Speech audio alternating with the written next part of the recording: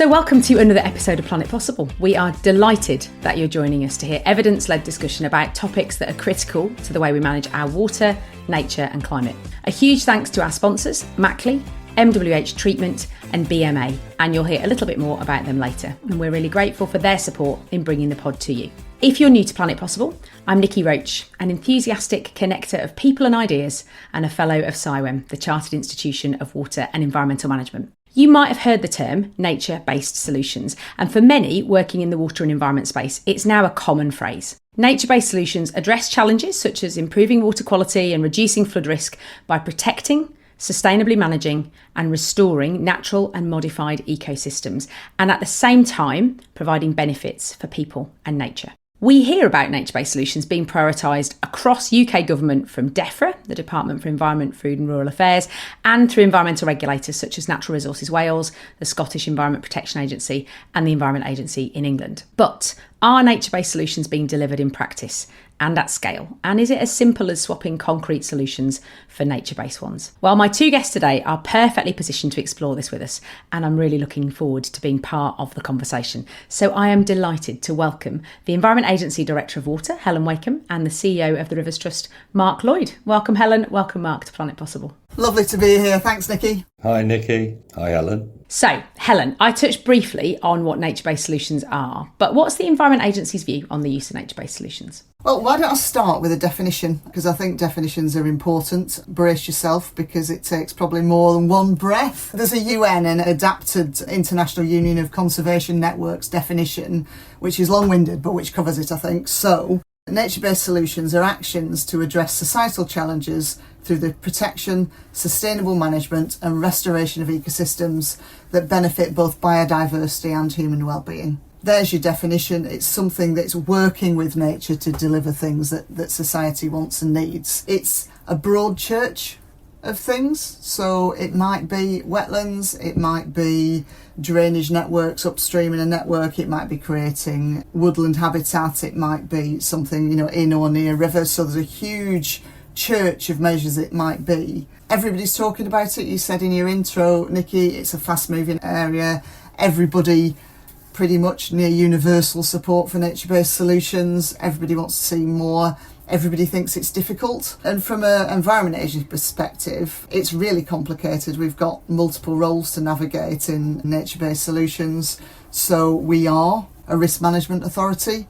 We're a regulator, we advise on science, we're an incident responder, and we use evidence, and all of those things have got a bearing on nature-based solutions and how we apply them. So exciting, but quite a lot to do, and it's brilliant to have Mark on the podcast because he's in a non-government organisation trying to navigate all of that. So Mark, let's bring you in. From a Rivers Trust perspective, tell me about nature-based solutions. Well, nature-based solutions exist at huge scale, and they're what keep us alive on the planet. So it's forests and oceans and wetlands and rivers. That's what keeps us alive. But really over centuries, we've destroyed them, and we're rapidly destroying them. So really what we need to do is to repair nature. This isn't us kind of imposing something. It's kind of putting something back that was there and that has enabled life on Earth to live relatively stably for millennia until we came along and destroyed them. So in a way, we shouldn't think of this as something we've dreamt up.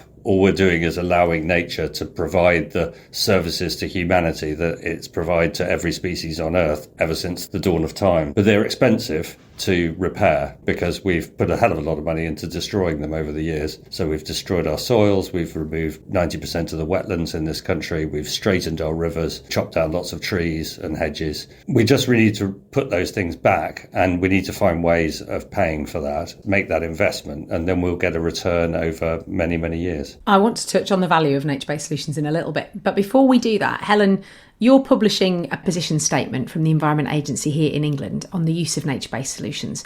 What was the rationale behind deciding to produce it? Well, I've described the multiple roles the Environment Agency has. To put it a different way, managing water quality, managing water resources. So how do we get to clean and plentiful water? But also, how do we keep people safe from flooding?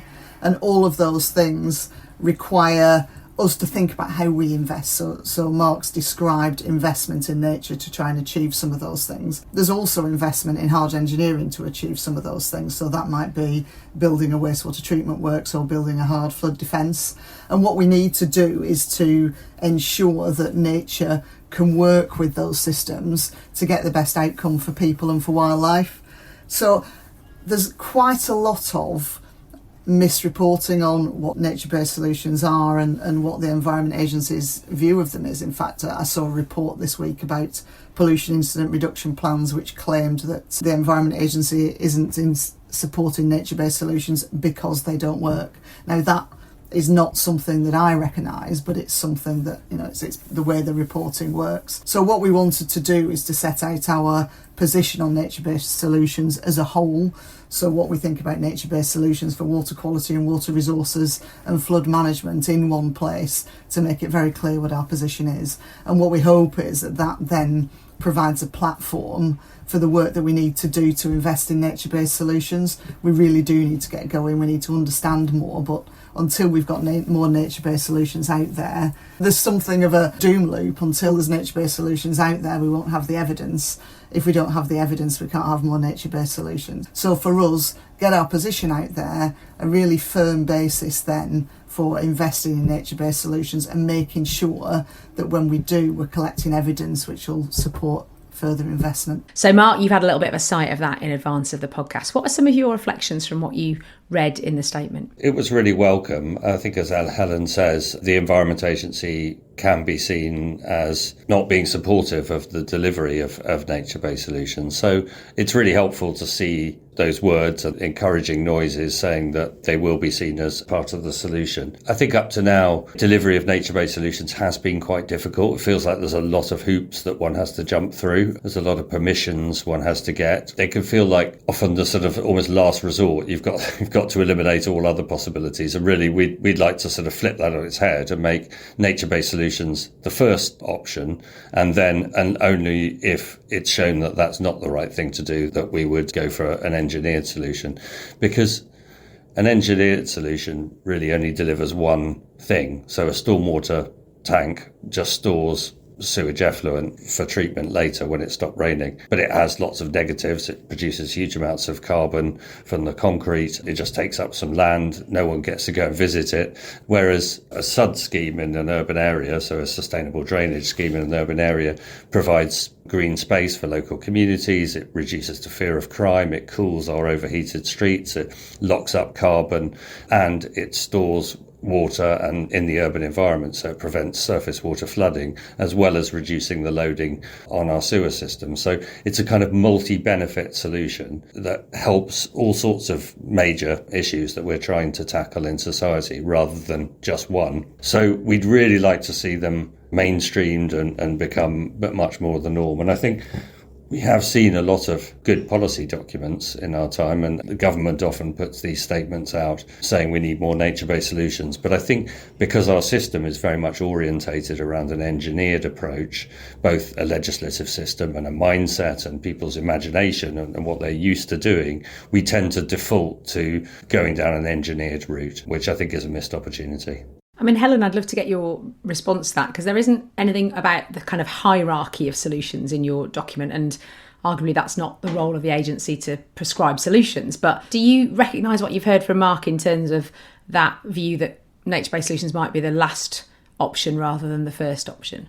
Yeah, I do. To a degree, I do. That sort of storm overflow example that Mark gave is a really good one. So there will be places where building a tank in the ground is the only option that we have. But actually, if I come back to pollution incident reduction plans and the brilliant work that's going on drainage and wastewater management planning, all of that is about how water gets into drains. And if you start from that point, you start upstream, then those sustainable drainage systems start to look really attractive. If the rainwater never gets into the sewer, it doesn't overflow. And I think where we're getting to is exactly what Mark is describing. If you flip the problem, how do you stop the drains filling up anyway? You start to get to the position where nature-based solutions do become the norm, they do become the most commonly used approach. So what we're trying to set out into the statement is that's where we want to get to. The ambition is that nature-based solutions are the most commonly used approach, or are mainstreamed in Mark's language, and then we can properly get on to understanding what's the most appropriate solution for the location, what's going to be effective, what's going to comply with the law, how do we make sure that the scheme that we put in actually delivers what it's intended to deliver. So I think there's huge opportunity, and probably there's a couple of other examples. I've talked about pollution incident reduction plans, which are now statutory, which will drive water companies to think about that. Drainage and wastewater management plans are now statutory. There's a consultation out now on the way that we fund flood defence work, so how that works. And at the moment, the flood rules can make it quite hard for nature-based solutions.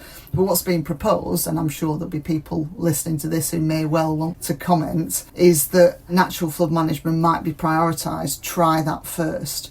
There might be an opportunity for grants for third parties. There might be the opportunity to fully fund those small schemes up to £3 million, I think, in the consultation, which will make it much easier to get natural flood management schemes off the ground.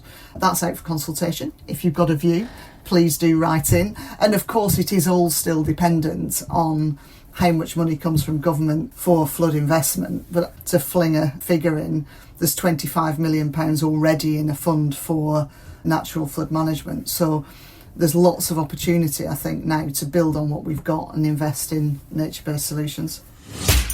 BMA is a next-gen AI decision intelligence software company. Their cloud-based platform, Decisio, redefines how water and energy companies approach their infrastructure planning to make better, faster and more connected critical decisions, simultaneously achieving net zero, resilience and financial sustainability.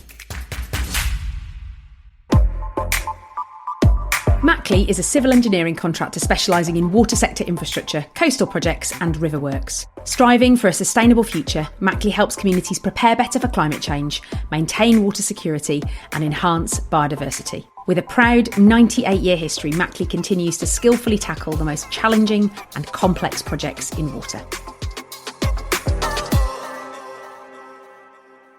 You talked a little bit about a sort of doom loop of if we don't build any, we don't know how effective they are, and if we don't know how effective they are, we might not build anymore. And I'm mindful that the Independent Water Commission's interim report that came out recently talked about the need for, this is a great phrase, constrained discretion. I feel like I'm going to use that in lots of aspects of life. But within the regulatory framework, is it a challenge to regulate nature-based solutions, which are naturally a bit more ambiguous in their outcomes? And how are you managing that as a regulator? Because I would imagine Mark recognises from a Rivers Trust perspective that we want to see more of them, but how do we get them through in the first place to then get the data to see more of them? It's a cracking question. So there are many government reviews in the environmental regulation area at the moment. So constrained discretion came out of the Corrie review. That is a different way of approaching our regulation to say, can we relax the rules to give one solution for a location as opposed to having 18 different permissions. So at the moment, the way the law works, you need a permission to take water out of the environment, you need permission to hold it somewhere that's not in the environment, and you need permissions to put it back in. And all of those might accrue different permissions to do the in or near river works that you need to do all of those things. And I can't quite see Mark on my screen at the moment, but I'm sure he's either nodding vigorously or rolling his eyes, because he will have examples of where somebody in a Rivers Trust tried to do something which seemed like a very good thing and it required 18 permissions. So the idea of constrained discretion is that you can take some of that out and do things more simply in a location. So we're looking at how we do that. And there's another thing arising out of Corrie, which is called trusted partners. So are there organisations we can work with where we can relax some of the rules, which will enable it easier to get some things done in places. So yes, we think it's a good idea. Yes, we're working it through. But I think both Corrie and when the Cunliffe Independent Water Commission comes out, it will give us some more ideas, and government will get some more steer on how we'll actually do that. Because we want to use these schemes and we want to get this up and running, but we do also need to make sure that there's adequate protections for people and wildlife as well. And Mark, from your perspective, and he was nodding vigorously, Helen, you're absolutely right. What are some of the barriers that you're seeing as a Rivers Trust to sort of seeing more nature-based solutions appearing across the landscape? I think there is the legislative framework in which the Environment Agency operates is quite tight. And I have great sympathy for Helen and colleagues trying to regulate in this area, because it's all very well us sort of saying, well, let's just put it a wetland and sort of see how it goes. But they are required to hold water companies and others to account for delivering to a permit standard. And that's very, very tight. And if they don't do that, then a lot of other organisations out there will give them a very hard time and potentially, fight legal challenges. So I really do recognise the constraints that Helen is under. And yes, we do face a lot of barriers, and there is some great work going on at the moment to try and break down some of those barriers to our own delivery of them on the ground.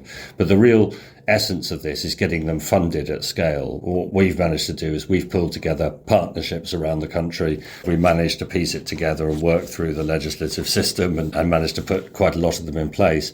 But it's kind of in spite of the system rather than because of it. And to my mind, it's about our thinking needs to change, because at the moment, I think, and some of this, Helen, you talked about a bit earlier about nature-based solutions, we want to encourage them for natural flood management. And I totally agree with that. We definitely need a lot more natural flood management, but we shouldn't think of natural flood management as just being a tool to manage floods. It's also a tool to restore water resources, because a lot of the actions you take for natural flood management allow more water to percolate into the ground. They're also a tool for preventing pollution, because you're slowing the flow and reducing runoff and holding back water which will be polluted and allowing nature to purify it. It's also a space for recreating wildlife habitats and getting to the ambitions we've got for 30% of our land to be managed for nature by 2030, which is coming up fast. But we've got to stop thinking of those things as separate. We've funded them in the past with separate budgets, separate regulatory systems, and we need to integrate a lot more and start thinking about what's our vision for a transformed landscape that can deliver us all of these services, from having nature in place, performing all these amazing actions that it does mysteriously. Our current framework is completely channeled and constructed around those separate silos for each of those different outcomes. The funding, the regulator, it's all boxed into one channel. We'll have a water resources stream over here, and there's no link up at all between them. So it really requires quite a big fundamental change of the way that our regulators work, our funding streams work, merge them together and deliver things with multiple outcomes. And that's easy to say and harder to do, I think. But I think there's a huge prize there, which is that at the moment we're really struggling to keep up with tackling these challenges, and in many cases we're failing. Nature is declining really rapidly. Water quality, we have made some improvements in some areas, but basically the overall picture is pretty much we're flatlining or things are getting worse. If we're going to break that cycle or start getting the curves going up, we've really got to change our thinking and think in a much more integrated, multifunctional way. I mean, Helen, you know what's coming. I would love to hear your reaction to what Mark's just said. Maybe not that, we need one big entirely up to you. But I'd love to hear, what are your reflections on what you've heard from Mark? Do you recognise some of what he said? I was really pleased to see the interim Independent Water Commission report acknowledge up front that we need to take a systems approach to water, which is what Mark is describing. Yes, we do. So agree with him wholeheartedly there.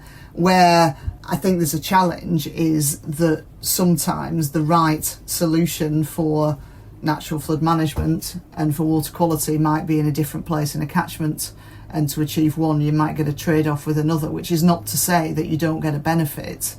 But I think we need to be really clear-eyed about what clean and plentiful water looks like. For example, we know that if we do everything we know how to do, we still won't achieve clean and plentiful water, because near natural clean and plentiful water is such a difficult thing to achieve. And sometimes I'm talking to politicians, and you sit in London, you talk about returning the Thames to near natural. That means not having the embankment in London. That means returning to a natural floodplain. Of course you can't do that. So there is a blend of And I don't think this is what you were saying, Mark. I'm exaggerating for effect. There's a blend of working with nature, yes, but making nature work harder and making the hard engineering work harder too, and using them together to achieve the improvements that we need. It's tremendously exciting because it's really innovative, and you know it as well, Mark. It's not just about restoring habitat, it's about doing really clever things with nature. Actually, one of the things I often say is that wastewater treatment is doing really clever things with nature. Within that definition of nature-based solutions, you could probably slot conventional wastewater treatment, which is all about microbiology and invertebrates working hard to treat sewage, isn't it? So I think for me, I don't see hard engineering and nature-based solutions in opposition. I see them as a blend, and you can really see that, I think, in some of the solutions that are coming forward for natural flood management and wastewater. The thing that I think we're really not doing enough of is getting upstream. There's just so much talk about how hard it is to do things when there's too much water or there's pollutants in our water systems. We're not talking enough about how to get that water, how to get that pollution out of the system at source. And that's where I think we've got a real opportunity, and there's some really exciting conversations happening now. Mark, any reflections on what you've just heard from Helen? I'm keen to get into kind of the resilience of these solutions with you a little bit, but before we do that, are you seeing from a Rivers Trust perspective there's too much focus on the downstream water quality end and insufficient focus on the water quantity bit that's further upstream? Yeah, I think upstream is a really good way of putting it. I think, prevention is better than cure. It's always cheaper. And I think water management gets progressively more expensive the further downstream you go. So the best place to intervene is when a raindrop hits the ground, and then it gets less good the longer you wait as that water heads down to sea. So restored soils have a huge benefit, but also in terms of chemicals, things like PFAS, microplastics, we are putting them into our water supply and then spending a huge amount of money taking them out. That's complete waste of resources at a time when resources are very scarce, and we need to be spending money on making progress rather than cleaning up our own mess. So absolutely, we should be banning a lot of chemicals at source. We should be reducing the amount of chemicals that we're using. We should be educating people about what they can dispose of down the drain, which is pretty limited. So yes, I think upstream is a very good way of looking at it, going to the source and starting there. Let's just touch on some of that, downstream stuff around water quality for a minute though. I'm interested in your views on how resilient some of these nature-based solutions are to some of our future challenges. So you just touched on forever chemicals that we've definitely talked about on previous episodes of Planet Possible, on microplastics, probably actually other public health measures beyond the ones that are in our existing legislation. We might see some interest in those moving forward. And we've also got wetter winters and drier summers coming. How resilient are nature-based solutions to those? Are we pushing in a direction that is helpful for our future challenges as well as our current ones, do you think? They're a great way of mitigating those future challenges. We know we're facing a 5 billion litre a day shortfall in water supply by 2050, which is pretty close. Nature-based solutions are a great way of keeping rivers flowing in the summer, making our rivers more resilient to pollution incidents at the times when they're really susceptible, when the temperatures are high and the flows are low. So you get this lovely cool base flow coming out if you've allowed water to soak into the ground. And also, wetlands and restored soils and trees and hedges slow the flow of water over the land, so you get less flooding and less swamping of sewage treatment works, which cause the pollution incidents. So the more nature we've got, the more resilient we will be to those future challenges.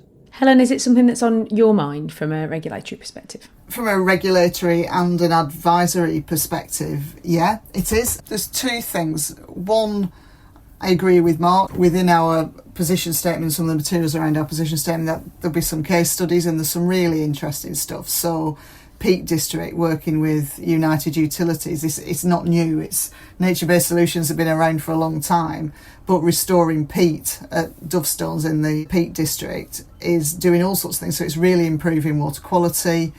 It's restoring that degraded peat. There's less organic carbon in the water. So in terms of water treatment for water supply, it's reducing water treatment costs, but it's also creating a wetter upland, which is more resilient to things like wildfires and what have you. So there's a real opportunity here for these systems to add resilience to our networks and our systems.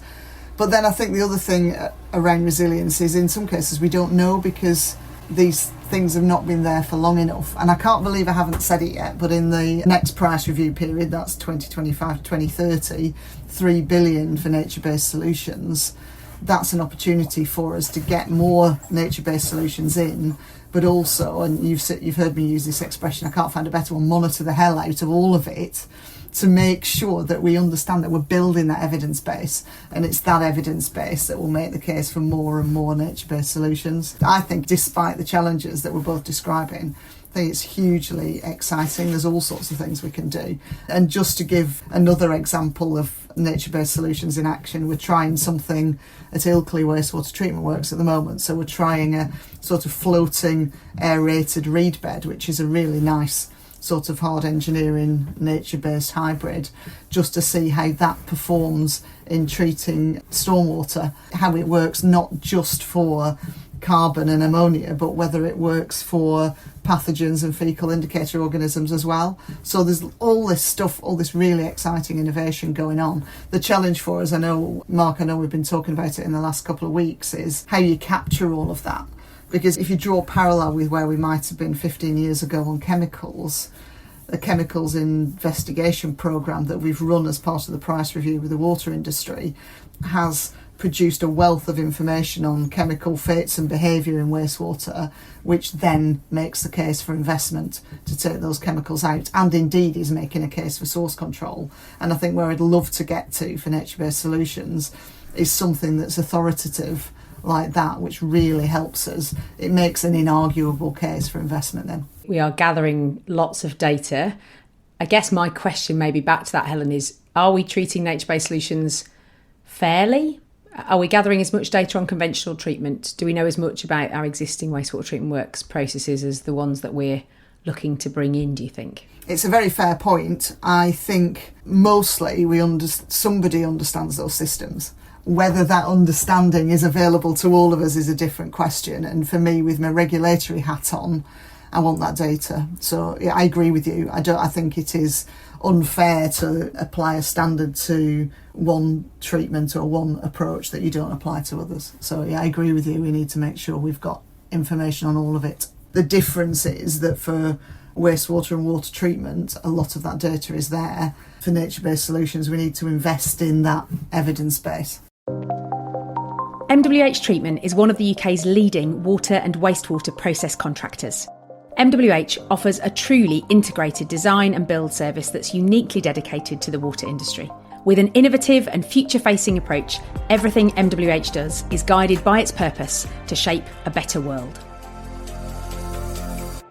Mark, from your perspective as an environmental NGO, do you think there's any risk of some of these solutions being seen as greenwash? The criticisms that you hear, not so much as greenwash, but I think that there are voices that sort of say they don't work. And I think, partly that's because we haven't got the data from enough sites to show that. And often we get funding to deliver these things, but the monitoring budgets are harder to get people to fund. They like funding the cool stuff, but the monitoring's too boring and takes too long, and the funding's often passed by then. So we definitely need better data and build that weight of evidence. There is a lot of evidence, but we need more. But I think we're very used to having engineered solutions, which over the years have got very, very precise in terms of what their outputs are. And engineers can predict to within a pretty narrow margin of error what outcome you're going to get. And that's great for a heavily regulated industry like the water sector, because then they can be predictable, they can ensure they're going to get compliance, they can de-risk the whole thing. There is more variability. There is natural variability in a wetland through the seasons. There are complicated processes that go on that aren't entirely in our control. But I go back to the sort of wider point earlier of thinking if you take a whole catchment approach to this and that you're tackling other sources of pollution at the same time, and often a small rural sewage treatment works is not going to qualify for investment. So it's just going to carry on having a descriptive permit and putting out pretty polluted effluent into the river. But You could put in a wetland quite cheaply, improve that effluent, but you could also invest in some catchment management solutions with farmers, which would reduce pollution in the wider catchment. And that might be the most cost-effective method of actually reducing the amount of overall pollution in the catchment. And the outcome that we're seeking is healthy rivers, right? Rather than just regulating one sector quite heavily and then other sectors not really doing much about. So we really need to look at the overall picture in the catchment and optimise our expenditure for where we can achieve the most benefit for the least cost, and then focus on those areas. There's a limited pool of money, so we need to make it go as far as possible, and optimisation seems the best way to me of doing that. Helen, what are your thoughts? Catchment planning is the way to go. There's all sorts of elements to this. The land use framework is another one, because actually what happens on the land is the principal indicator of what's going on in the water. I come back to the scale of the challenge. Clean and plentiful water is going to be a very difficult thing to do. There's objectives within law for the amount of reductions of nutrients, for example, that the water industry and farming need to achieve. Everybody needs to do everything they know how to do. And I think me and Mark agree 95% of the time, I would say. Might be pushing it a little bit, he's smirking. Where I think we depart is that I am a bit pushier about needing the water industry to do things and farming to do things. I think there's a risk of offsetting between one and the other, meaning that we're not pushing as hard as we can towards clean and plentiful water. But ultimately, how we do that is, to a degree, a political choice, isn't it? How much do we want to invest in our environment? And I'm very, very keen that we continue to push the water industry very hard, the agriculture industry very hard. And we haven't talked about transport today, although we have talked about it before, haven't we, Nikki? You know, we need all of our sectors to be doing everything they can to achieve clean and plentiful water. Where I 100% agree with Mark is you have to do that within the context of a catchment. So what will work here in this place, and increasingly what do the people in this place want? Because I think the way we've done things in the past has taken local voices really out of the equation, and it shouldn't require a campaign group to make something happen in a place. So our norm in terms of catchment management needs to be, what do people want here and what are we trying to achieve for the people in this location? And that was the infuriating thing, if I may, Nikki, about the Environment Act that specified 80% reduction from water companies and 40% reduction from agriculture. And to me, that makes no sense at all, because every catchment is different. Some catchments, the water companies, sewage treatment works are the dominant source of pollution. In other catchments, it might be 80% farming that is the problem. And if you have a differential on the amount. So what I think we should be saying is we want to reduce pollution by 60, 70% in each catchment. And then you work out the least expensive way of doing that and then do that. It doesn't make any sense to have created that false distinction. I think that was just done for political reasons. And I think it was a mistake and very constraining, I think. And led to all sorts of unintended consequences, I suppose, because if you want to take 80% of phosphate out of a river if you're the water company, what you do is you focus on the sewage treatment works right at the bottom of the river, which tends to be where the big cities are, and you can take 80% out of that, but it hasn't benefited the rest of the river at all. It's just before it goes into the sea. It means that you've got a bunch of investment going in at the last possible moment in the river, and there may be a lot of pollution coming from upstream, which is really where you need to focus to improve overall river health. We should have river health as our target, as an outcome, and then look at how we can achieve that.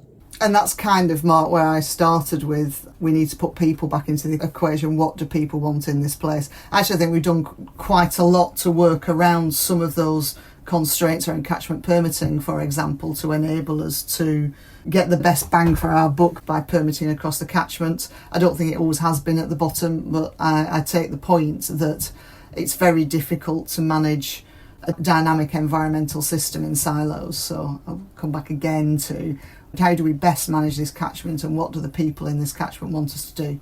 I'm going to ask you a final question, if that's okay. We've covered a lot of ground today, which has been fascinating from my perspective. You know what's coming, though. I'm going to offer you both the Planet Possible magic wand. Given what we've been talking about around nature-based solutions, if you could make one thing possible, what would you want? And Helen, I'm going to come to you first. My magic wand is for the public interest in water to be about the whole water environment and the whole local environment. So brilliant, everybody knows something about water. Everything that people know about water is about sewage. So for me, my magic wand is people have got a broader interest in the water environment, and that enables a completely different societal conversation about how we manage our water system. Brilliant. Mark, you get the final word. What would you do with the Planet Possible magic wand? Well, I think I'd use it to wave away the plethora of plans that we have at the moment that are written but not delivered. We've got umpteen different plans on every river, and replace them with one integrated plan for each river catchment, which was locally driven and locally appropriate, and actually will have the funding to deliver the most optimised solutions within that catchment. I mean, Helen, I don't normally come back after the magic wand, but you look like you might want to say something, would you? Well, no, Mark, he actually got there. And again, the Independent Water Commission, I'm sure, will have something to say about plans. But I think what I don't want to lose is planning, but specifically what Mark said, which is on the money, is we can redesign our plans as much as we want, but unless there's a mechanism to actually deliver, we're just moving deck chairs. So I'm really very keen on, I agree with Mark, what's the delivery mechanism for these plans? Great, we finished up agreeing with each other. Always, Mark, always. Well, let's definitely stop there before we open up another line of conversation. As ever, time has flown by. We are at the end of this episode of Planet Possible, so thank you for joining us. I hope you found the conversation between Mark and Helen insightful. I hope it's given you something to think about in your world. I will pop a link to the position statement in the show notes, and if you want to be the first to hear about new episodes, you'll also see a link there to subscribe to our newsletter. And if you don't already, subscribe to Planet Possible on your podcast app and we will magically appear in your feed. We've got more fantastic guests and topics lined up for the rest of this year, so I hope you'll join us for those. And all that leaves me to say is a huge thank you to our sponsors, Mackley, MWH Treatment and BMA, and to my excellent guests. So thank you, Helen, and thank you, Mark. Thanks, Nikki. Thanks very much, Nikki. Really enjoyed it. That's it, everyone. Stay curious, stay connected, and we'll see you next time.